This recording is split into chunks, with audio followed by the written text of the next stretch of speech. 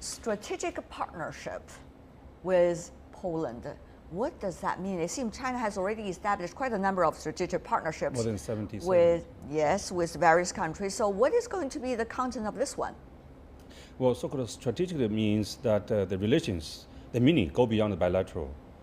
They have the regional and global significance, and also for long-term stable relations, not zigzag, because of the political turns impact. I think this is basically a signal sent to the world. Mr. Gros, what do you make of this very big scale visit by the Chinese president to Poland? The first time in 12 years by the head of state from China to that country. What kind of signal are the two countries trying to send? I think the signal from Poland is pretty clear. We count. We even have a strategic relationship with the biggest developing power in the world, China. I can't quite see why China would like to have special relationships with Poland. Geographically, of course, Poland is a little bit between the Silk Road and the core of the EU. But in economic terms, what matters is the core of the EU, which means France and Germany and the rest of the continent. So I think that should remain the focus of Chinese-European policy. Interesting. Professor Wang, I want you to respond to what Mr. Gros just said, particularly given the fact that I remember years back during the Bush administration, there was even talk about terminologies like so-called old Europe and the new Europe. Of course, we don't agree with those terms, but certainly they was trying to divide Europe into those that are traditionally strong countries and those after 1989, the collapse of Soviet Union, all the other countries were becoming part of the European Union. So what do you make of Mr. Gros' comments earlier? Well, of course, France, Germany, UK is most important in the European Union for China relations bilaterally. But Poland is the new member of the European Union, biggest one. I think there's huge potential for development. Poland is a regional big country. The gap between East and the West is also very huge. So the eyes on the Chinese investment to bridge the regional gaps, and also has a lot of potential for investment in infrastructure building, and also want to build more connections with China. And that many made in Poland, like beef, like milk, also want to ship to China. Now from the Eurasian Express, from the cargo, and I think lots of economic potential cooperations with Poland. Of course, these are all very specific initiatives between the two countries. And now we are also having Professor Bogdan Goralczyk, who is the director of the Center for Europe at the University of Warsaw, joining us live in our program. Professor Goralczyk, first of all, welcome to our program. I know it's a big day for China and Poland, a lot of events going on. It's great to have you here for our program. What do you make, Professor Goralczyk, of the current nature of relations between China and Poland, and how would that be compared to China's relations with some of the other European countries, for example, the UK, France, Germany? What is likely to be the pillar that is holding this relationship together? Well, welcome to the program, and thank you for inviting me. Poland is the largest so-called new member states. When the enlargement in 2004 took place, the 10 new member states were adopted, and Poland alone was the largest, bigger than all 9 others combined in territorial and population terms, which means that Poland is the 6th largest economy and largest country in the European Union. Of course, we would like to have this kind of relationship as China has with some Western partners, starting from Germany. I know that Chancellor Merkel was just a week ago in China, but we still need to make a lot of homework here in Poland. You know, in Polish history we had a curse that Poland is somewhere between Russia and Germany, which was not a perfect situation, but fortunately right now, from geostrategic point of view, it is probably the most valuable situation. We are middle kingdom is China, and we are in the middle of Europe. So we could be a perfect hub for all countries in Europe. And during the visit of President Xi Jinping here, the special hub was chosen. This is a town of Łódź, not far from Warsaw. It means like a neighborhood of Warsaw. And from here, you will go with the Chinese transportation, all kinds, including, I understand, even aviation, sometimes to the other part of Europe. I see. So between Russia and Germany is our perfect localization. Mr. Gros, do you agree with your Polish counterpart? Besides economic and logistic means, is Poland likely to hold a strategic position, given the fact that it has also been one of those players in some of the most important strategic and also missile defense kinds of networks in Europe? What do you make of the position of Poland within Europe? Is Poland likely to go, quote unquote, the West, or is Poland likely, from your perspective, looking around as well? Oh, I think as an EU member, we let's have you mentioned. I know both of you are talking. Let's have Mr. Gros to talk first. Then I'll go back to you, Mr. Goralczyk. As a member of the European Union, one presumes that Poland will be looking west, that it is fully part of the EU, and that if needed, of course, if any doubts arise about the military backing, that is a question of NATO. But in economic terms, I think the future of Poland lies within Europe, and the only big question that is still open is whether Poland wants to join sooner or later the euro, because only then can Poland really play a full part in the European political economy, which is after all made out of the euro area and its banking union. Professor Goralczyk, that's your turn to talk now. Is the aspiration mentioned by Mr. Gros also the aspiration of Warsaw? Well, aspiration of Warsaw were located in the western part of the world for several decades, and we were sleeping, neglecting so-called emerging markets, starting from China, but also all kinds of BRIC countries and developing countries. So for us, it is a new chapter. However, Professor Gros is right. Our localization, our alliances are in the western part of the world, which doesn't mean that we don't want to have to make a business with eastern countries, starting from China. Just to compare what has happened today, yesterday, and tomorrow, we have a summit meeting with China.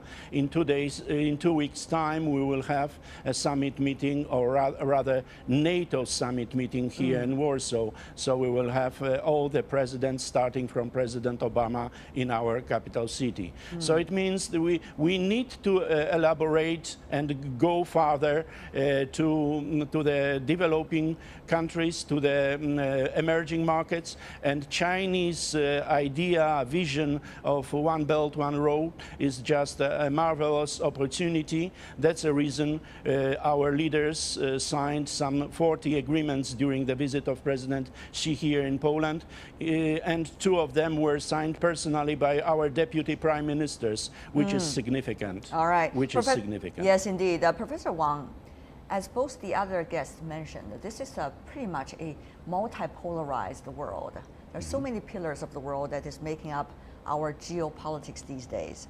So what is the realistic expectations China are having in terms of the nature of relations with Poland, for example, or some of the other countries? It seems from Professor Goralczyk in Poland, the ties is mainly in the economic and trade issues. What they are looking for is a huge market and also being a link between Europe and China. And beyond that, it is also falling back, as Professor Goralczyk said, to its origin, which is quote unquote in the West. So Professor Wang, what is the realistic expectations from China about this relationship? Well, I think Poland played a key role in the so-called 16+1 China and Central Eastern European countries cooperations. Yes. That's the 2012, the first meeting was held in Warsaw. Why? I think those Eastern Central European countries, they are quite poor. 11 are the members of European Union and 5 non-European Union member, but try to join the European Union. So this cooperation with China will help them to bridge the gaps, and help them to increase the economic situation to join EU. In this regard, I think Poland has successfully found its new role in connecting China and the European Union. So we always highlight that our relation with Poland is also very important part of our whole relation with the European Union. And Poland also very happy to want to be the gateway, attract Chinese investment to access to the central of other European countries. Right. And Poland, as a new member, they enjoy the financial assistance from European Union. But 2020, this will be finished. So the Warsaw will eyes on Chinese investment. This, I think, is a mutual needs, mutual beneficial cooperations. Mr. Gros, I have to come back to you. You are the expert about the European Union. Every time we rely on your expertise about that. You saw countries like Poland becoming ever more active economically and trade-wise for its links with the rest of the world beyond the European border. You also see Poland, this country itself, even though it is inside Europe, it has enjoyed more than 3% GDP growth, unlike some of the other economies of the European countries. And you also see it is becoming ever more active to seek a logistics center of its own inside Europe and beyond. So many would ask the question, Mr. Gros, what is likely to be the potential of these kind of countries, particularly like Poland, within the European Union? Is it going to have, as a result of all of these efforts, becoming much more with bargaining chips within this specific bloc? You are right. The economic potential in some of the Central and Eastern European countries is high, particularly also in Poland.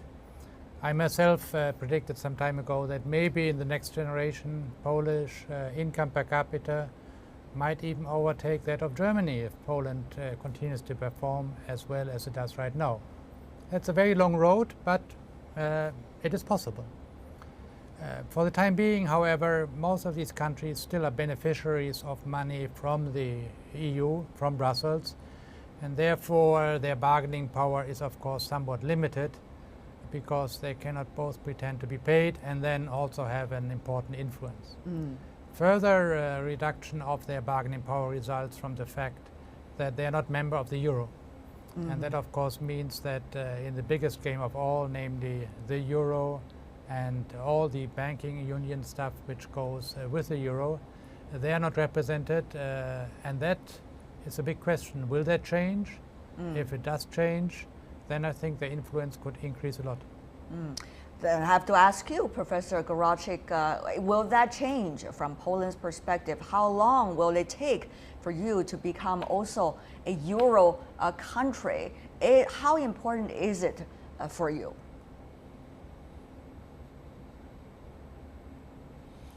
Well, first of all, we have another issue today on the agenda, or this week, which is Brexit voting in United Kingdom.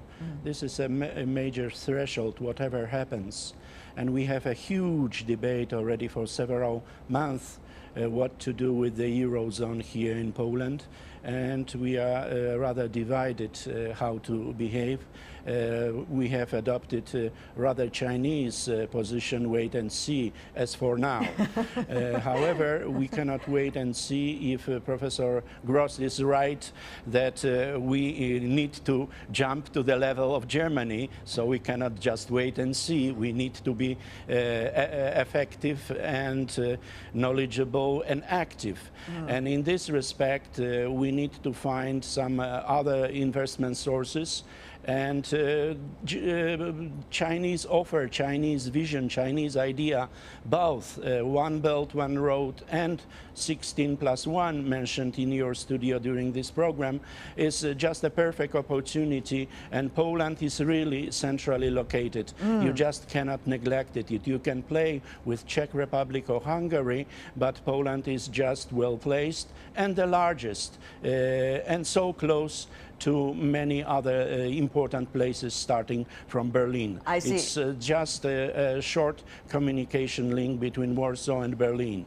So we have some advantages here in Europe. Our geographical position is advantageous, but at the same time we need to diversify our sources and resources, and that's what's undergoing during this visit. That's the reason we signed so many agreements.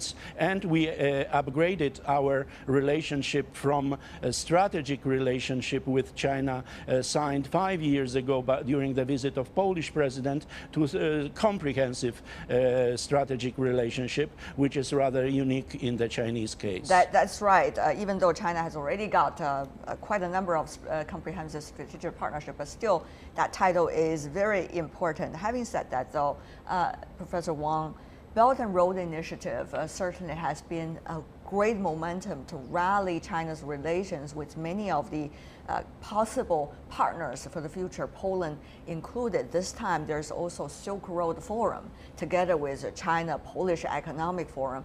But how much will that talk be able to be implemented and become real projects on the ground?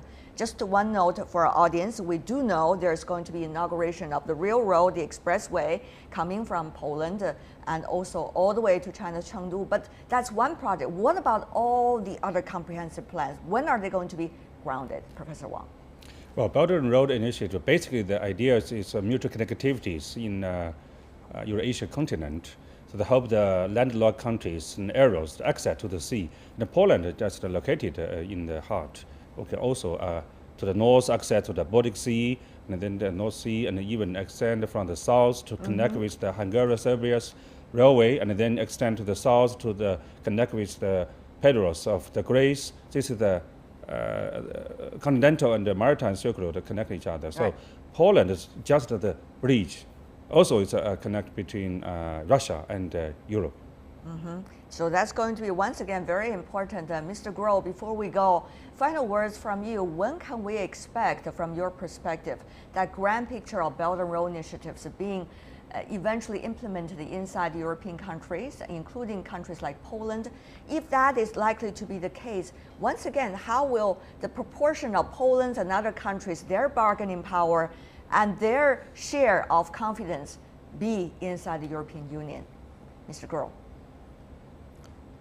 Of course, a functioning Belt and Road Initiative would also strengthen the bargaining power and the influence of countries like Poland. It would also strengthen their economies. I don't think we should say the Belt and Road Initiative is completed at a certain point in time. This is supposed to be a mechanism which facilitates trades between the two ends of the Eurasian continent.